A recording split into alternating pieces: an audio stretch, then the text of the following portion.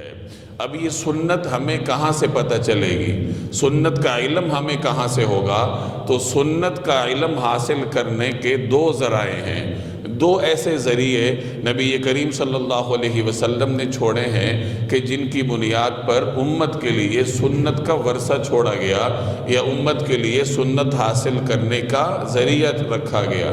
ایک تو کتابیں ہیں کہ آپ کتابوں کے ذریعے نبی کریم صلی اللہ علیہ وسلم کی سنت معلوم کر سکتے ہیں کہ آپ صلی اللہ علیہ وسلم نے کس کام کرنے کی ترغیب دی یا کون سا کام آپ صلی اللہ علیہ وسلم کو پسند تھا، یہ آپ کو سنت کی کتابوں میں، حدیث کی کتابوں میں ملے گا۔ اور دوسرا بڑا ذریعہ رجال ہیں، بندے ہیں۔ آپ صلی اللہ علیہ وسلم نے سب سے پہلے صحابہ کرام کی تربیت کی۔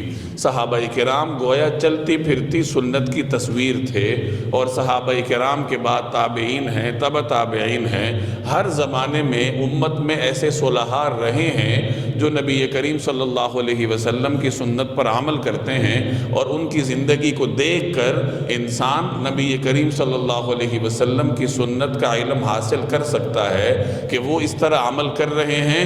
اس کا مطلب یہ ہے کہ نبی کریم صلی اللہ علیہ وسلم نے یہ عمل اس طرح کیا۔ تو آپ